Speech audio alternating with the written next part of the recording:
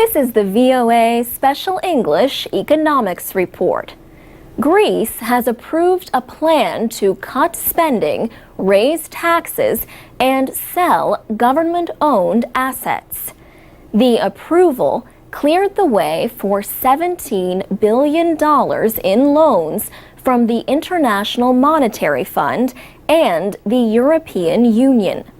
The loans are a share of the $156 billion rescue deal that Greece secured last year.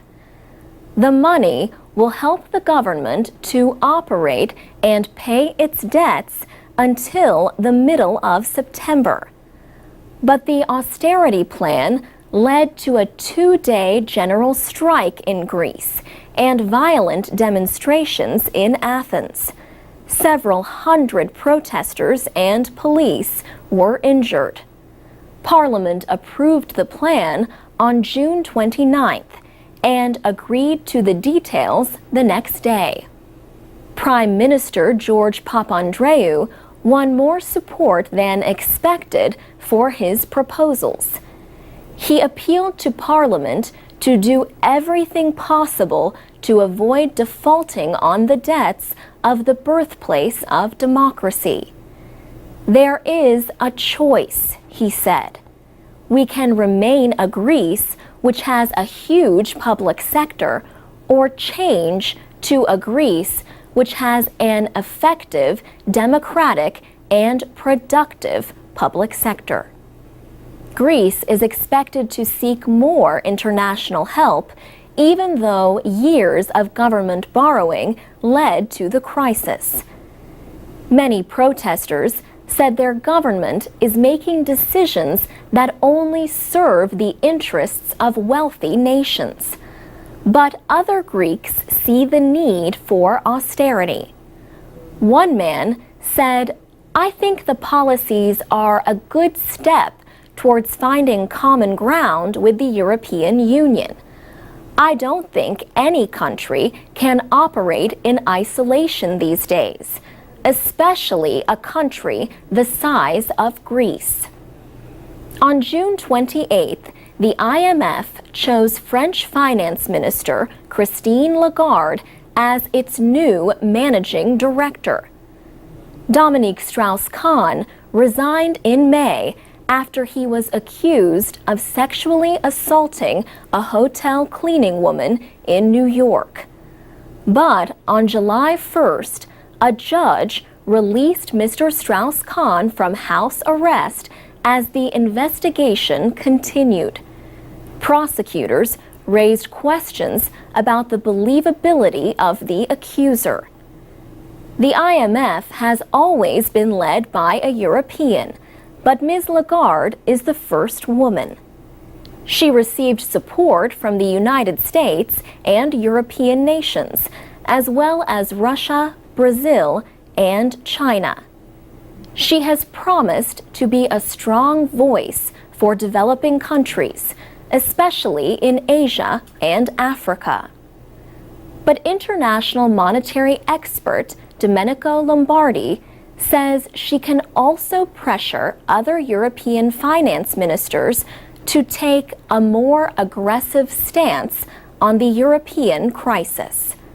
For VOA Special English, I'm Alex Villarreal. I'm Alex Villarreal with the VOA Special English Economics Report. Continuing debt problems in Greece and Portugal.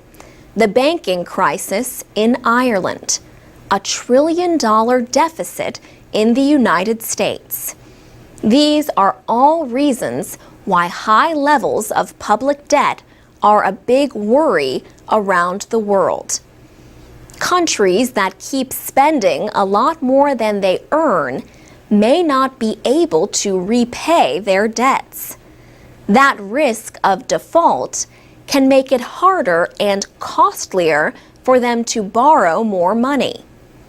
Heavy debt can also affect a country's competitiveness. Voter anger at government spending and taxes helped lead to the big Republican gains in America's congressional elections in November. President Obama says for the economy to improve, the government must cut spending and reduce its deficit. In February, he formed the National Commission on Fiscal Responsibility and Reform. The two chairmen are Erskine Bowles, a Democrat, and Alan Simpson, a Republican. In November, the chairmen presented their own ideas for how to cut the federal deficit to about 2% of the economy by 2015. The administration estimates this year's deficit at about 10.5%.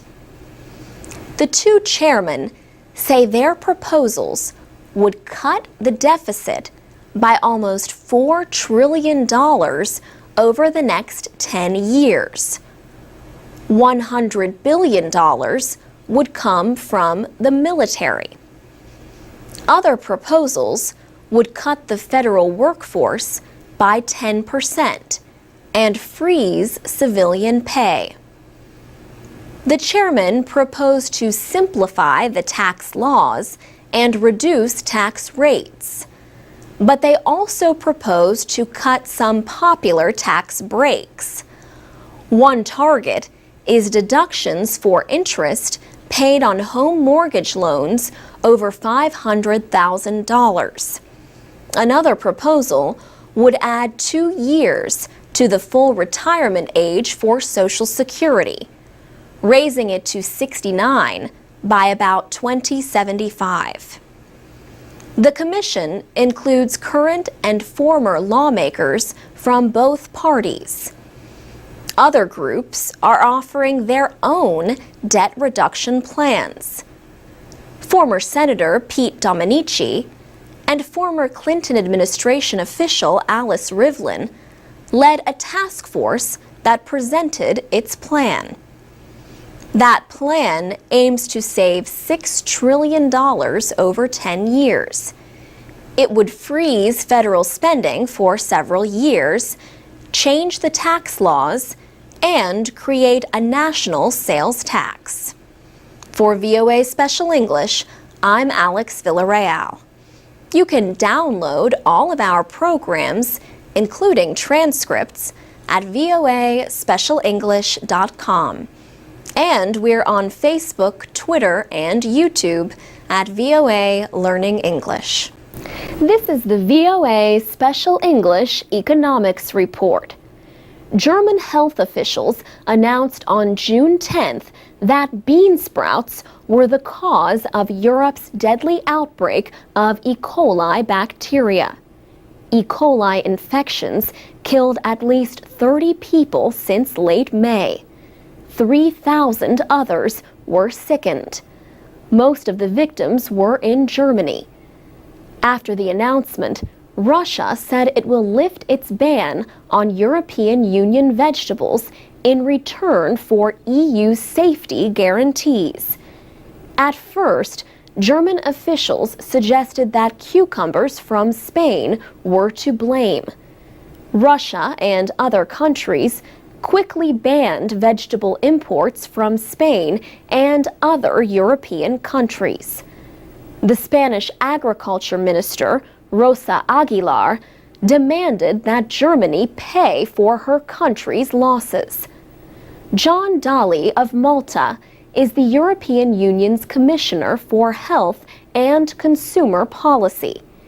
He said a rush to judgment spreads unjustified fears in the population all over Europe and creates problems for our food producers selling products in the EU and outside of the EU.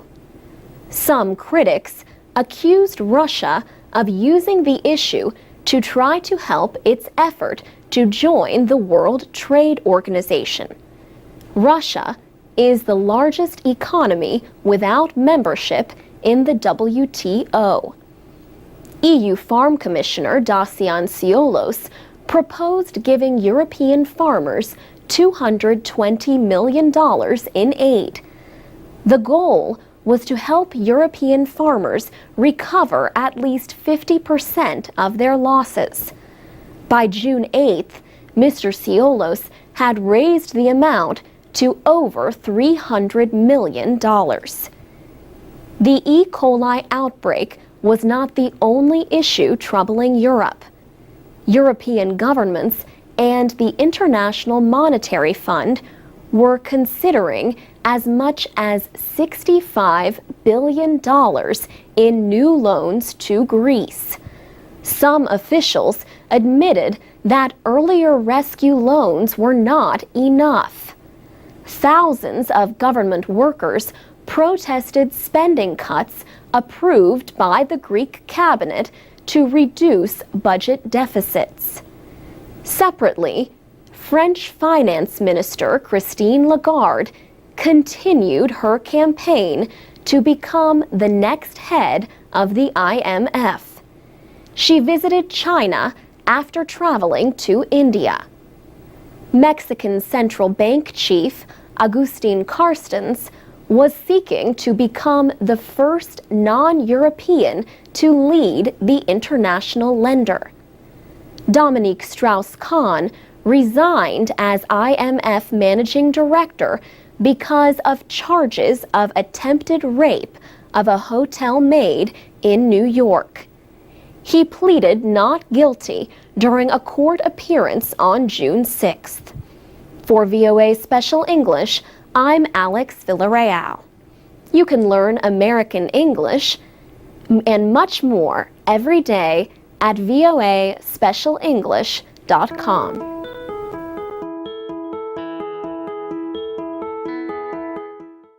From VOA Learning English, this is the Economics Report. More people are able to receive higher education worldwide than in the past. But the amount of higher education is causing social and economic divisions in many countries. A recent study by the Organization for Economic Development and Cooperation, or OECD, also finds that some developing countries are making progress. 5 years ago, the world financial crisis hurt many nations, but it did not slow growth in education. The OECD report notes the quality and amount of education is increasing the division between what it calls the haves and the have-nots. In some areas, rising unemployment has affected people with lower education levels more than others. They earn considerably less than those with higher degrees. There are 34 economically developed countries in the OECD. Among those countries, the unemployment rate for people with a university education is about 5%. However, the rate is almost 20% for 25 to 34-year-olds who do not have a university degree. This situation also exists in developing economies. Andreas Schleicher is the Education and Skills Director for the OECD. He says education makes more of a difference in the life chances of people than in the past. The report finds that education makes a greater difference for individuals within countries. But it also notes that education is reducing divisions between developed and developing countries. Mr. Schleicher says countries like China, Vietnam, and Brazil are making education an important goal. He says they are investing their limited resources to get good teachers and school leaders. For VOA Learning English, I'm Carolyn Presutti. This is the VOA Special English Economics Report. The United States has a new health care reform law. The main goal is to insure about 32 million additional people. That is about 95% of Americans who are not already covered by Medicare, the government insurance program for older people. About 16 million people will be added to Medicaid, the government health plan for the poor. The law will require Americans to have health insurance, with a few exceptions, or pay a fine starting in 4 years. Also in 4 years, employers with more than 50 workers will have to offer their employees a health insurance plan. Employers will pay a fine for each uninsured worker. Smaller businesses will receive tax credits to help pay for health plans. People not covered by employer plans, Medicaid or Medicare, could buy health insurance in marketplaces called exchanges. The idea is that competition among plans will drive down costs. States will provide these exchanges by 2014. The law is the biggest change in American health care since 1965.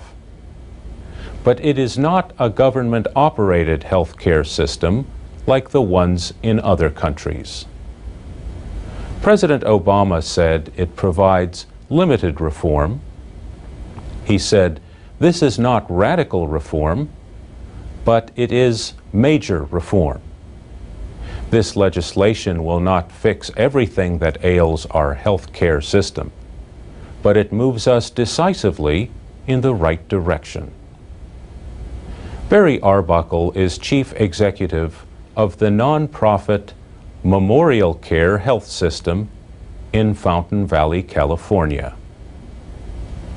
He says the new law gets the issue of health reform moving. But he notes it is mainly health insurance reform. He says lawmakers will have to reform the way health care is provided. That means finding ways for hospitals, doctors, and other providers to work together more effectively. Mr. Arbuckle also would like to see more attention on prevention, so fewer people need costly medical treatment. The law is expected to cost about $940 billion over 10 years. However, the Obama administration says the plan will cut the nation's budget deficit by more than $100 billion during that period. Last year, the United States spent $2.5 trillion on health care. This was an increase of almost 6% from the year before. And that's the VOA Special English Economics Report. You can comment on our reports at our website, voaspecialenglish.com. I'm Alex Villarreal with the VOA Special English Economics Report. The season for buying Christmas gifts was the busiest time for most stores and online retailers in the United States. Final numbers for the holiday season, including after Christmas sales, will not be known for a while. But a report on retail sales in November suggested that economic growth may be gaining speed. The Commerce Department said sales increased for the 5th month in a row. They grew by 0.8% over October. But the report came the same day the central bank said the economy is not growing fast enough to reduce unemployment. The jobless rate is nearly 10%. So, policymakers at the Federal Reserve voted to continue a program of buying government bonds. That program, launched in November, could inject $600 billion into the economy. The aim is to increase economic growth by lowering long-term interest rates. That would reduce borrowing costs for businesses and individuals. But long-term rates have risen since the Fed launched its latest program of so-called quantitative easing, known as QE2. One way to get a sense of how Americans feel about the economy is through retail sales. Consumer demand drives about 70% of the nation's economic activity. The National Retail Federation says its members employ 25 million people in the retail and services industry. Those businesses reported almost $2.5 trillion in sales in 2009. Terry Lundgren is chief executive of Macy's, the company that owns Macy's and Bloomingdale's department stores. He said retail and restaurants represent 1 in 5 jobs in America. So if we do well, then we're going to be the ones that will start to lead us into a recovery. The kinds of stores where sales are up also says something about the economy. Stores with the lowest prices do well in hard economic times. But the Retail Federation said at the end of November that discounters had fewer shoppers this year. Stores that sell jewelry and other higher-priced items have seen sales grow. Another change: Americans are less willing to buy on credit. Over 40% of holiday shoppers said they planned to mainly use debit cards instead of credit cards.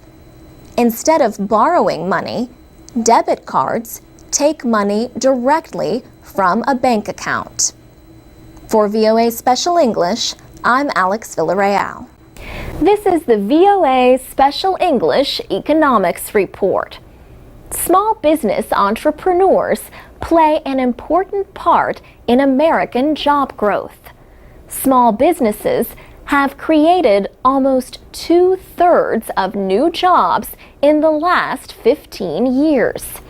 The economy has traditionally been divided into 3 sectors. One is the private sector, meaning businesses.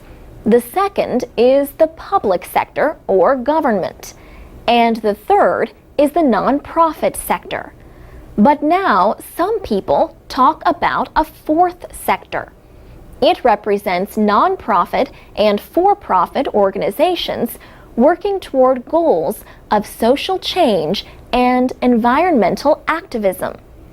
Universities are starting to offer training and degree programs to prepare students to work in this area. One of these schools is Belmont University in Nashville, Tennessee. It now offers a degree in social entrepreneurship. Bernard Turner is director of the Center for Social Entrepreneurship at the university. He says student interest is driving many of these new programs. Students are saying, "Now I want to be an entrepreneur, but I want to do something that deals with a social problem or a social issue that's dear to me." William Paddock is founder and director of a business consulting company in Tennessee called WAP Sustainability. He has a business degree and training in the area of environmental sustainability. Recently, the custom packaging company of Lebanon, Tennessee, hired him to help make its business more environmentally friendly. The company makes cardboard advertising displays for sales campaigns. Mr. Paddock advised the company on recycling and ways to create less waste. He also persuaded the business to use electricity from solar energy. William Paddock offers his consulting services for profit, but says social responsibility is a big part of what his company does. For us, it's about protecting the environment, being better to society, but also there's an economic piece to it. We love to find our passions, but also save somebody money. There are now more than 60 American universities offering so-called green business degrees. The definition of social entrepreneurship and the exact nature of this sector continue to evolve. Some people are more interested in social programs and charity. Others are more interested in business plans and profits. But the root of the movement seems to be a desire to earn a living and make a difference at the same time. For VOA Special English, I'm Alex Villarreal. You can watch a video report on social entrepreneurship at voaspecialenglish.com.